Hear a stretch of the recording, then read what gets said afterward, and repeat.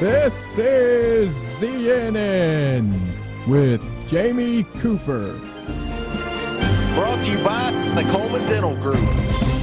All right, let's do a little bit of news this morning. Stan and Gloria join me, as usual, on a Friday for a ZNN newscast. We'll try to make this quick on y'all and go back to the cat killing.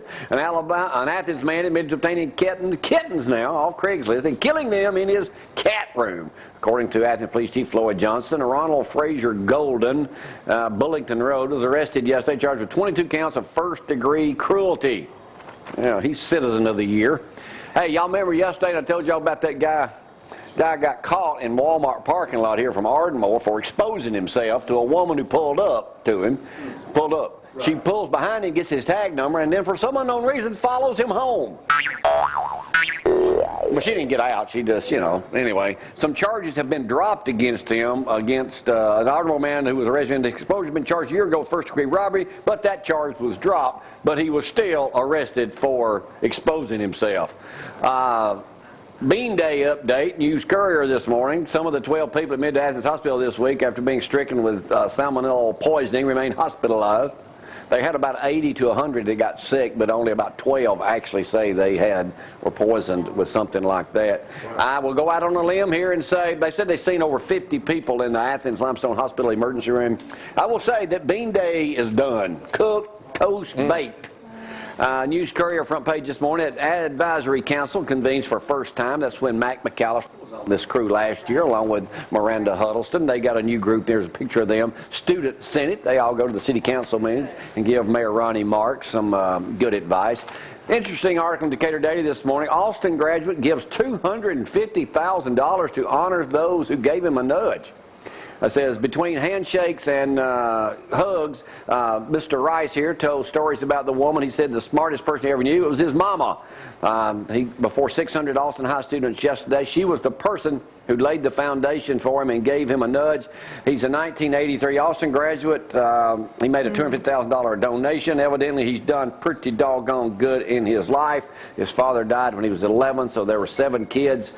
And Mama raised him right, so he was able to make it. That's a pretty good size donation to a high school. It sure is. Oh, my goodness. So he did well. Hey, don't forget the Farmers Market in Athens is open this weekend. They usually close this time of year, but it's going to be open from 4 to 8 downtown. So if you want to go by there, that's there. And over on the Tennessee River, Autumn Colors River Cruise aboard the Nautical Wheeler set for Saturday. The Rogersville Optimist Club will sponsor its annual Autumn Colors cruise this weekend. And the big Rogersville Fall Festival with a chili cook-off is next weekend, right over there across from Stanfield's Restaurant. If y'all get an opportunity, you need to go by there and eat. Talk a little homecoming here. Clement's homecoming queen, Nadine Aberton here, was crowned homecoming queen at Clement's High last Friday night. A lot of homecomings going on. Austin had their homecoming parade yesterday through downtown Decatur. They play tonight. And over at Decatur High School, it says here's some in Decatur Data this morning. Decatur First United Methodist Church stand serves breakfast to everyone on the Decatur High School football team and cheerleading squad before each home game. Pretty neat little tradition they got going there. And my old buddy Dylan Hodges' daddy, Jeff Hodges, is being Austin graduate, is going to the UNA Hall of Fame. He's been doing that for 30 years. He's the one that started the Hall of Fame at UNA, and now he's being inducted.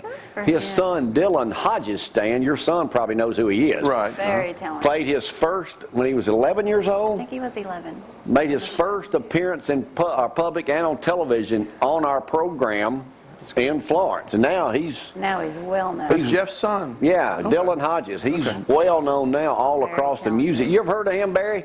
He's not listening to us. I'm doing a program here. You ever heard of him? Dylan Hodges? Yeah.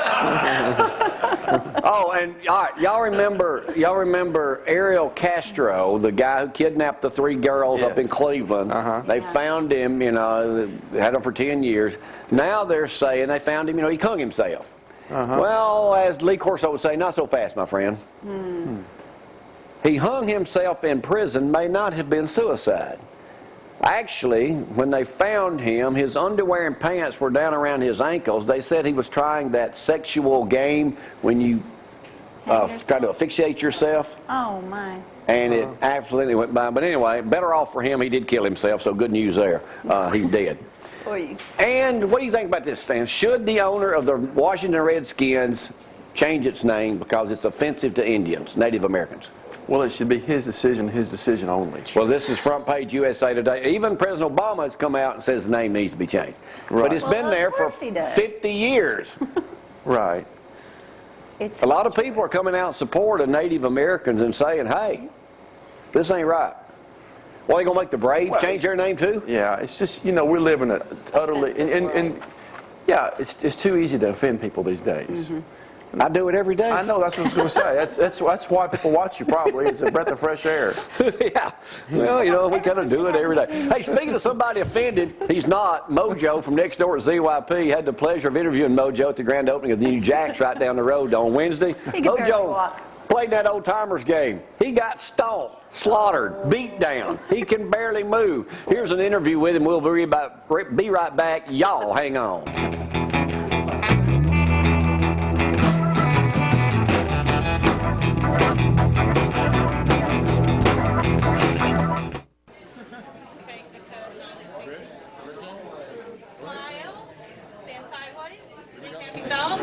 Look straight ahead. Okay, now we can cut. We're ready. Okay, so you just like Give me a big piece, Dale. Cut you a big. together. All right, come on. Like you're getting married. We're getting married here. All right. There you go. Now I get to put it where? There you go. Where do I get to put it? No, not mine. He's eating it. All right. There you go. Okay, quarterback, how was the game? The game was good.